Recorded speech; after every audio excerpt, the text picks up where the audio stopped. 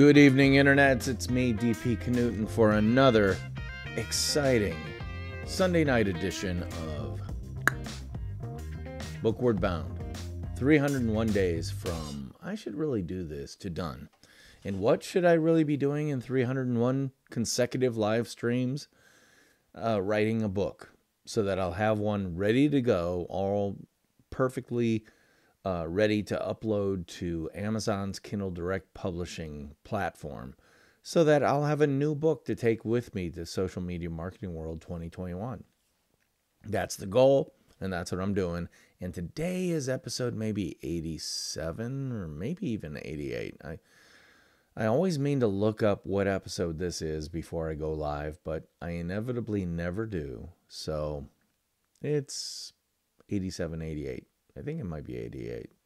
Anyway, that just means that since March 5th, 2020, I've gone live every single day, typically around 8 p.m., 9 p.m.-ish Central Daylight Time, because I'm located here in Wisconsin, USA, which is kind of right in the middle, upper middle of the United States, for those of you who might be internationally watching. And I'm writing a book, and it's called Nonfiction Brand, Discovering, Crafting, and Communicating the Completely True, Completely You brand you already are. And there's a reason why that book is called that, and it's all related to this idea that I developed over, 20 years or so, working in advertising and marketing. And it all comes from the fact that we all know that there are a lot of fictional brands out there, the ones that say they're one thing, but they're actually something entirely different. Or, in fact, they aren't actually anything at all. Well, I hate those brands. I like the ones that know who they are and act like it. Or, as I like to say, know who you are so you can be it. You have to know who you are so you can be it. So I came up with this idea of nonfiction branding, and now I'm codifying it, however you wish to pronounce it, into a book. And that's what I'm working on tonight. I am going to be, I think what I'm going to be doing, let's go ahead and do it. I'm going to show you the application I'm writing this book in. It's called Scrivener, and it looks a little something like this. I'm using the dark theme, obviously, because I am the DP, the Dark Prince, so I got to use dark mode. And in here, I write over here on the side, or in the main part. That's my writing. Over here, these are the sections of the book. You know, you can think of it as an outline or whatever you want. And you can see I got a bunch to write, because all the red flags, they're telling me, dude, you need to write this stuff. The green ones mean it's all done and ready to go. The blue ones, which I'm actually going to work on a blue one tonight, is, hey, you've written this, but it hasn't been final edited or proofed. So I think what I'm going to do tonight is go to this one. So why are you on the cover? Which, again, let's take a look at the cover of this book. Yeah, that's my smiling face. Why? If you're not a raging narcissist, which maybe I am, I don't know. Why are you on the cover? Well, actually, I explain it right here. And so we're going to go through this section, and I'm going to read it aloud because I like to write very vocally. You know, as a former actor, I always think of everything as a written to be spoken style. So why are you on the cover? Good question. It's a pretty bold decision to put your photo prominently on the front cover of your own self-published book. Some might chalk it up to toxic narcissism or shameless self-promotion, but it's not all about that. But it's not about that at all. It's about graphically demonstrating what this book is all about. Seriously. I'm dead serious. Seriously. It's all about graphically demonstrating what this book is all about. Seriously.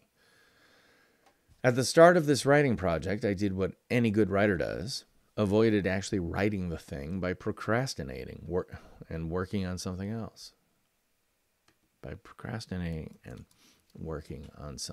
In this case, my shiny object du jour was designing the book cover.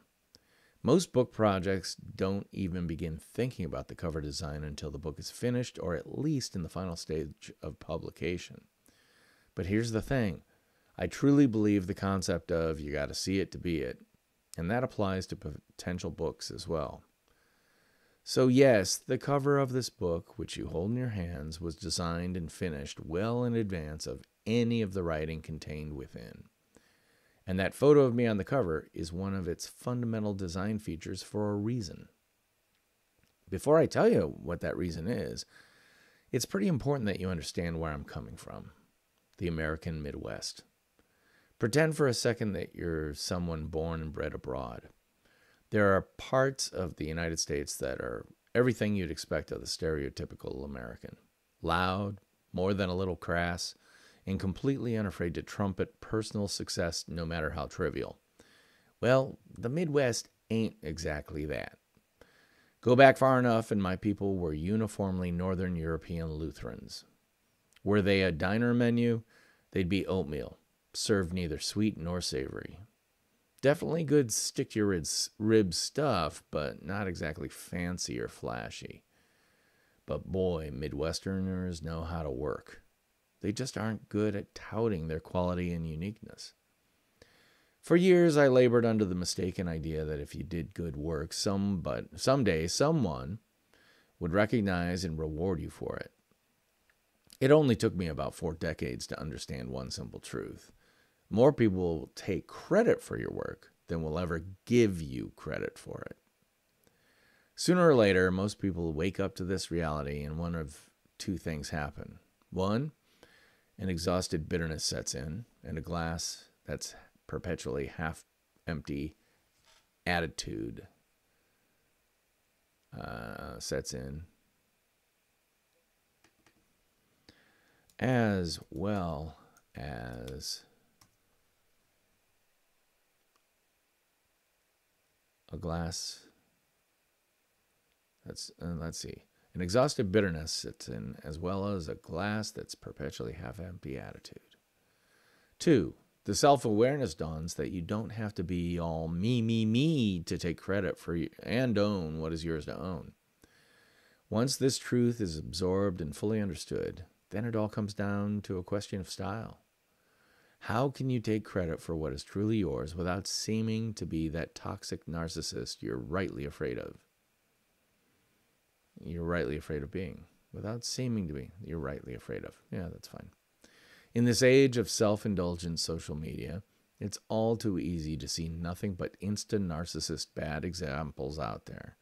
But if you look closer, you'll see a huge movement of individuals who are out there doing incredible work within their areas of excellence and sharing it freely to the world's online population. And the result is pretty darn powerful. People in the most arcane professions achieve national and even international stature within their fields. Self-demonstrated experts come out of the woodwork and become sought-after speakers, writers, interview guests, and globally recognized hosts based not on what they look like, but on the quality of their content, of their conduct and content. Even a self-described high-functioning introvert from the Midwest can put the past behind him in order to create a bright new future, all based on the full truth of who he is, what he does, and how he does it. And that brings us back to the book cover. So why is my picture on the cover? That's why. Taking a page from my own playbook, I'm purposely stepping out of the shadows and into my own personal brand spotlight. It's a black and white proposition, too, hence the cover's color palette. You can't partially own your personal brand. You need to own it 100%, 24/7, 365. Does that mean you suddenly have to start oversharing or don a look-at-me wardrobe? No. But it does mean you need to put yourself out there in a meaningful way. And so I did on the cover. And so I did long dash. my favorite punctuation. But I got long dash right there. So I did. Smack dab. How about smack dab on the cover? There's going to be a photo of the author of this book on it somewhere, on or in it somewhere, so why not be shy? Put it front and center, exactly where your personal brand should be. Boom. That's the end of that section. So it gets dun, dun, dun, dun, dun, a coveted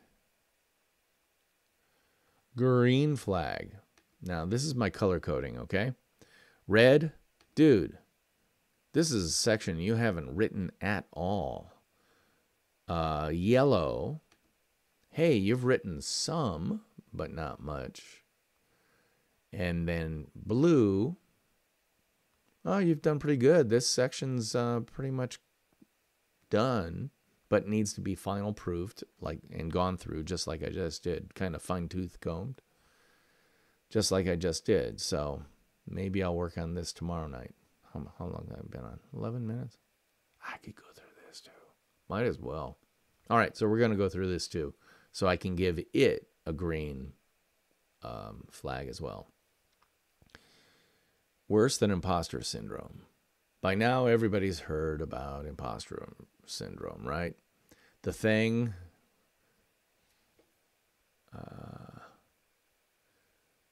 that thing where even if you've been working diligently in the same business sector for decades, you still have this gnawing suspicion that you really don't belong there. That for all your hard-earned expertise, you still shouldn't be openly sharing your thoughts about it, comma. Yeah, I need a comma in there just to aid speaking.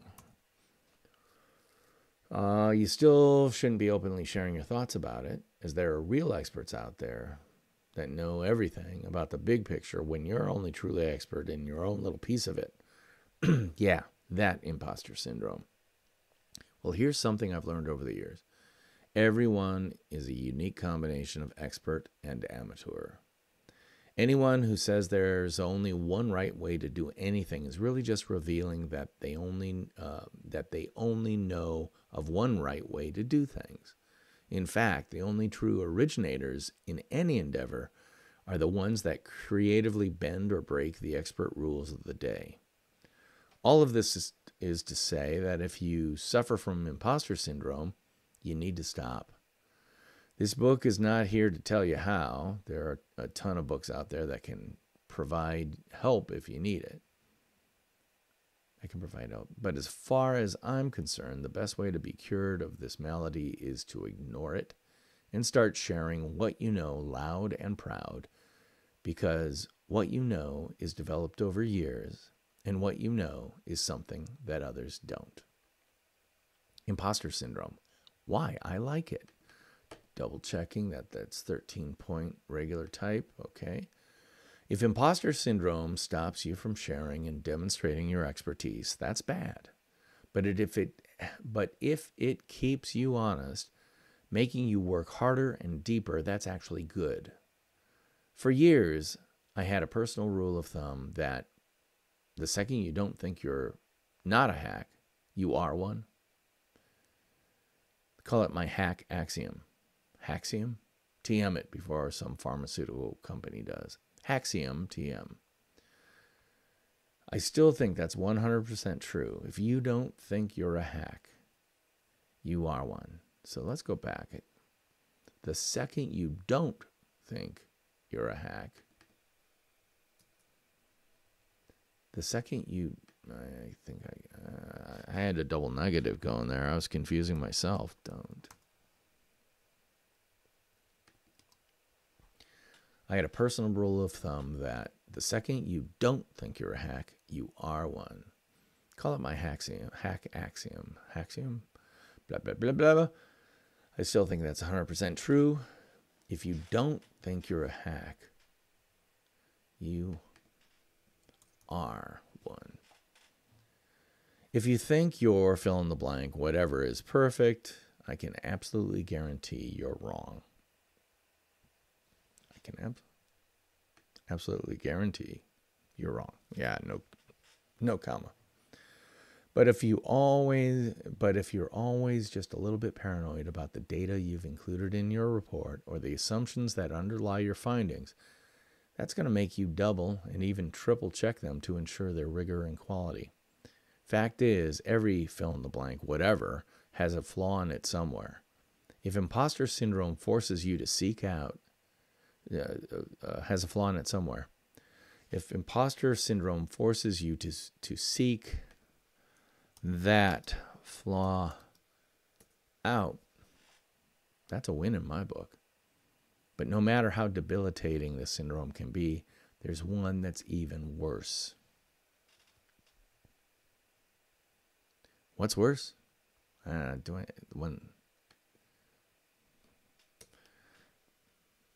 Expertise laryngitis.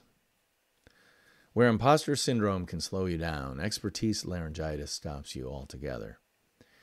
It's that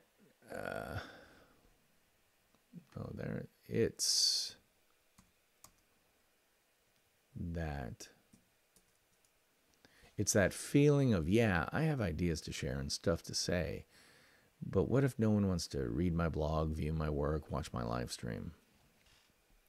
Question mark.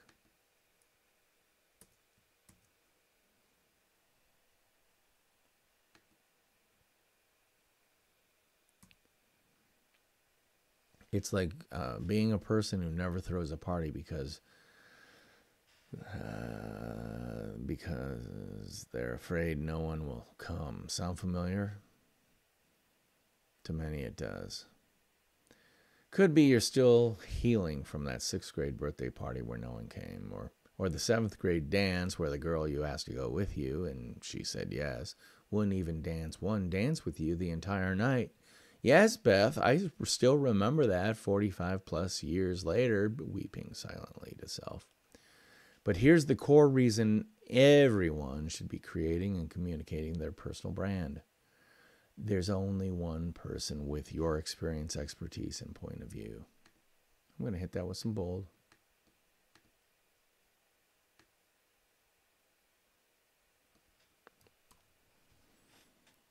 But there's an entire world of people out there who might benefit from hearing your unique voice. You have a voice. It deserves to be heard. If you feel like an imposter, welcome to a global club of roughly 7.8 billion members. Remember my hack axiom? A corollary to it. A corollary to it is that the only qualification needed to be considered an expert in 90% of business fields is to call yourself one, and then demonstrating that you do, in fact, know something about the subject. How do you do that? Read on. That's what this whole book is about. Expertise laryngitis affects way too many people who have the goods to share valuable information and expertise for any number of reasons, including, but not limited to, whoa, this is a mess.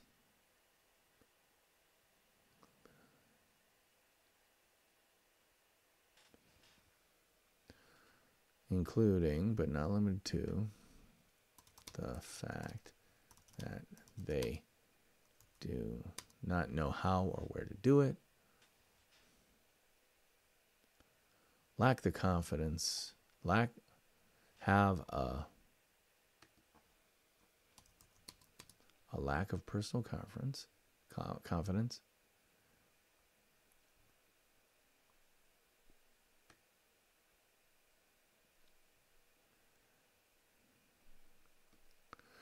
to the fact that they do not know how or where to do it, have a lack of personal confidence.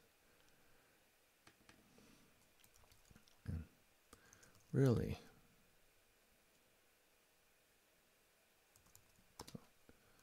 no.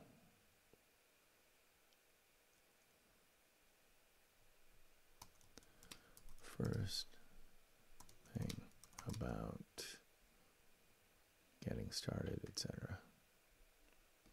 Don't know the first thing about getting started.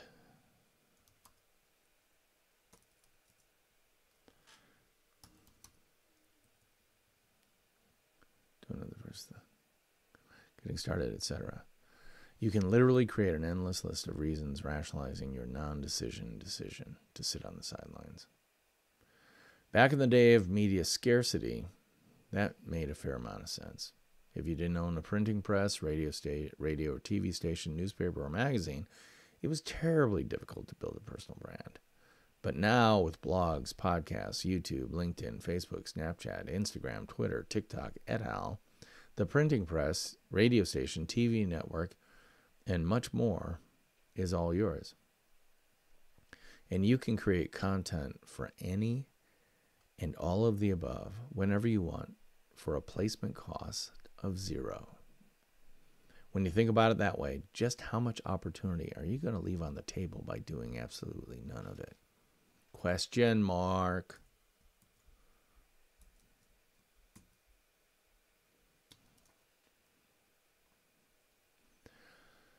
The opportunity is on the table, is all yours. All you have to do is pick it up by putting in some work. You know that day job you have, the one that you love to hate, where all your energy and vitality is traded away for the comfort of a steady paycheck? Who really benefits from all that? Not you. All that accrues to the person, all that, let's say transfers to the person signing that paycheck. Another favorite axiom, mine hurts a little bit, truth always does, but learning it early in your career is a whole lot better than discovering it far later when you have a bigger mortgage and fewer options. If you don't own it, it's not yours. One of the reasons I'm passionate. One of the reasons I'm passionate about this personal branding thing can be explained by that simple sentence. The deal most people make with their careers is that if you take the majority of my waking hours, you'll pay me for said hours and generally do right by me. In fact, there was a time when our grandparents and even some parents could start at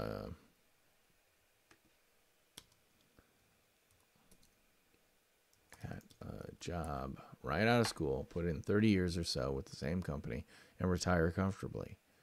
Guess what? That was then, and it sure ain't now. That was then.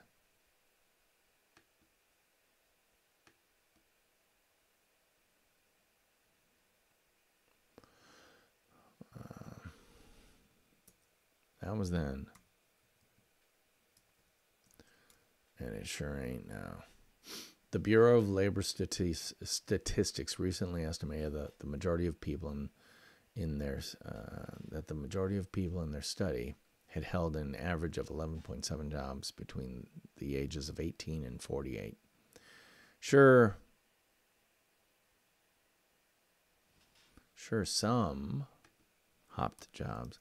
Some hopped jobs like rabbits, 27% held 15 or more jobs, and 10 stayed put, 0 to 4 jobs. But it's pretty clear that the days of the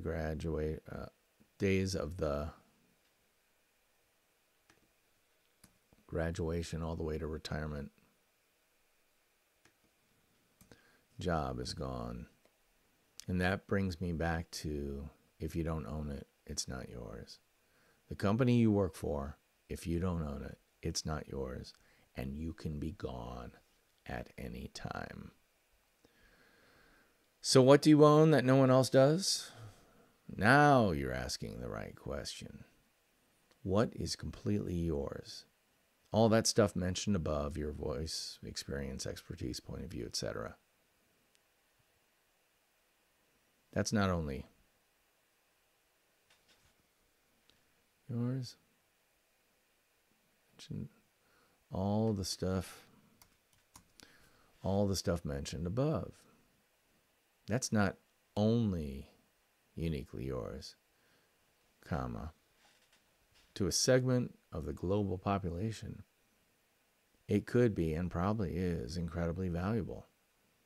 These are your unique assets, and they could be shared right now to an entire globe hungry for the goodness you have to offer. Question is, are you? Second question is, why not?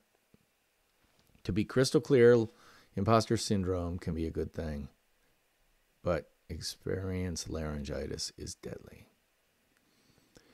Wanting to make sure you're adding value and providing good information in everything you share proves you're not an imposter, even though some days it might feel like you are. And to selfishly, yes, selfishly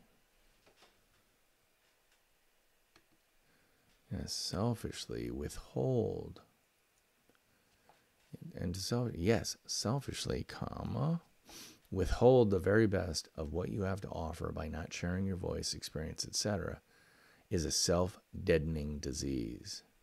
But the cure for it is just so easy. Convinced? Then let's fill out this personal brand prescription and get your expertise voice into shape.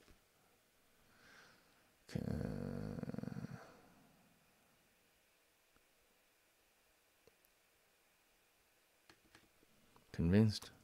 Good, period.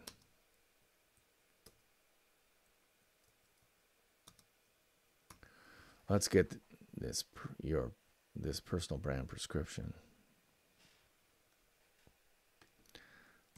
Let's fill this personal brand prescription and get your expertise voice into shape. All right. I'm going to go ahead and give that a green flag over here because I'll read through all this stuff again before it goes to publication for sure, but I think it's in good shape for now.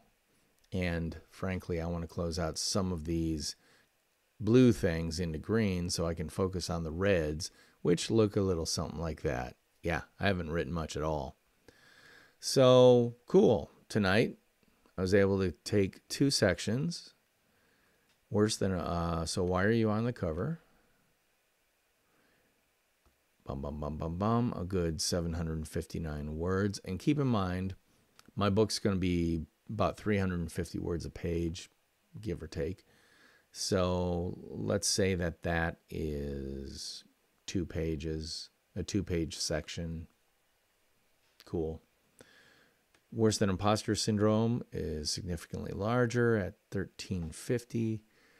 So that'll be 4.5, 5-ish pages, which is great. And so it goes. I mean, since March 5th, when I started this thing from more or less scratch, I mean, I had some thoughts on paper, but not a lot. I've done a ton of work. And I think, as I said, this is episode 88 of BOOKWARD BOUND, 301 days from I should really do this to done. That's pretty darn good. I mean, 88 consecutive days coming down here, working for about half an hour-ish on my book. And by the way, I do some writing outside of these BOOKWARD Bounds episodes when I feel like it, because that my key writing time, or what I like to think of as my power cycle, is actually in the mornings. I can get more written in 2 hours than I can all afternoon into the evening. I could easily get out 3,000 to 5,000 words without a problem. If I only had time, was able to focus on that. But because I actually have a job and clients to serve, I save that power cycle time for them, meaning that I have to, really kick myself in the butt to come down here and work on this book every day. But I will tell you this, it really helps to have you there urging me on, because I've made this commitment to you to actually be here and do this thing, which means I'm actually going to do it. I've heard some people say that those nebulous studies have said that if you say you're going to do something, most people won't fulfill it, psychologically for some damn reason. That's not me. If I say I'm going to do it, I'm going to do it. and I will do it to the best of my ability, given my energy, time, bandwidth, money, etc.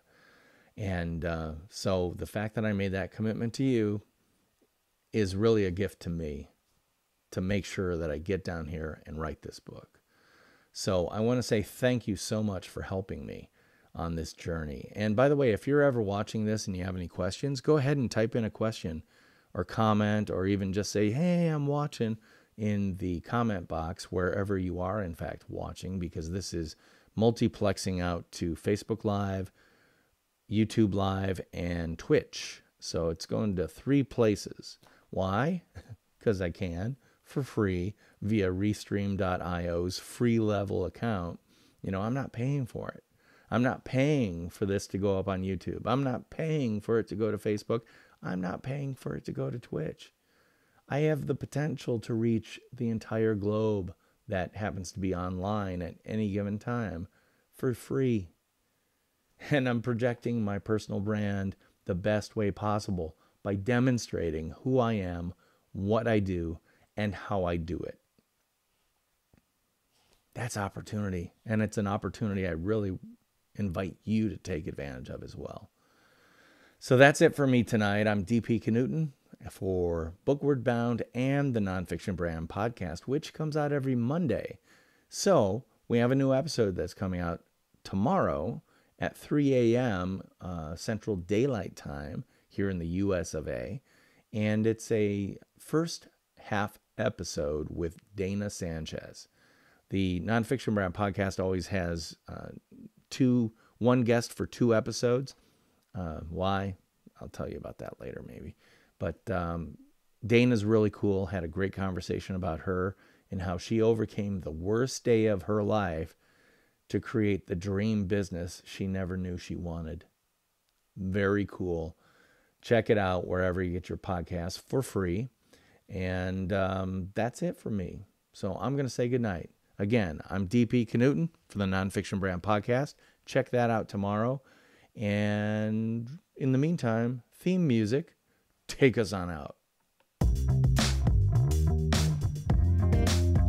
There you go. I'll see you guys tomorrow. Bye-bye.